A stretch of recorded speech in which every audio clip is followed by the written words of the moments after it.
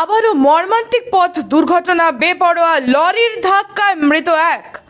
হুগলির জাঙ্গিপাড়া অন্তর্গত ফুরফুরা শরীফ তালতলা হাটে আজ দুপুর আনুমানিক 2টো নাগাদ জাঙ্গিপাড়া দিক থেকে ফুরফুরার ভীমপুর এলাকার শেখ রফিক নামের এক ব্যক্তি বাইকে করে তার দোকানের সামগ্রী নিয়ে আসছিল এবং সেই সময় পেছন দিক থেকে একটি মাল বোঝাই লরি দ্রুত গতিতে আসছিল এবং দ্রুত গতিতে থাকা ওই লরির নিয়ন্ত্রণ হারিয়ে সজোরে ওই বাইক আরোহীকে ধাক্কা মারে।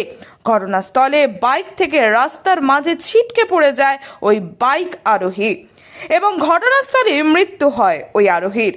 এই ঘটনায় রাস্তায় ব্যাপক যানজটের সৃষ্টি হয় এবং এই ঘটনার খবর পেয়ে ঘটনাস্থলে পৌঁছয় জাঙ্গিপাড়া থানার পুলিশ।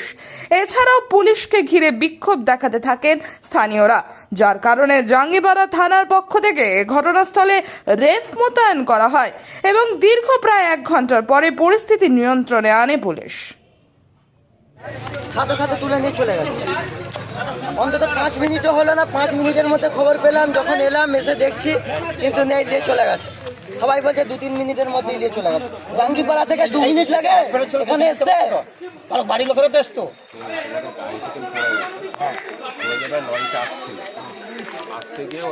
না না, কি হয়েছে আমরা নিজে দেখিনি তো, যে দেখেছে সে বলবে, আমি কেন বলবো? কে বলেছে? আপনি বলছেন কে বললো গাড়ি থেকে পড়ে গেছে? থেকে গেছে অটোস্কারে যে সেখানে গিয়ে তাই বললো, বলে অটোস্কার লঞ্চে অ্যাক্সিডেন্ট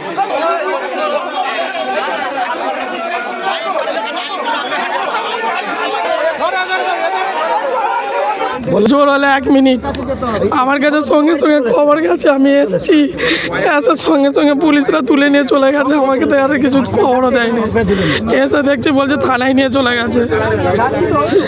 আমি তাড়াতাড়ি সেখানে মারলে দৌড়ে তাড়াতাড়ি আসতেছি। এবার তোমার বোনাই এরম হয়ে গেছে বলে, আমার বোনাই হয়, বোনাই এরম ধরা হয়েছে বলে তাড়াতাড়ি দৌড়ে আমি কত স্পিডে এসে তাড়াতাড়ি লাশ নেই, এখানে দেখতে পাইনি। হ্যাঁ, এখন কি চাইছে? তাড়াতাড়ি দিতে হবে, লাশটা লেসে দিতে হবে, আর কি করা যাবে? আজকের মধ্যে 3 ঘন্টার মধ্যে আমাদের ঘরে লাশটা দিতে হবে। প্রশাসনের কাছে এটাই আমাদের দাবি। যেটা হয়ে গেছে কিছু তার করার নেই।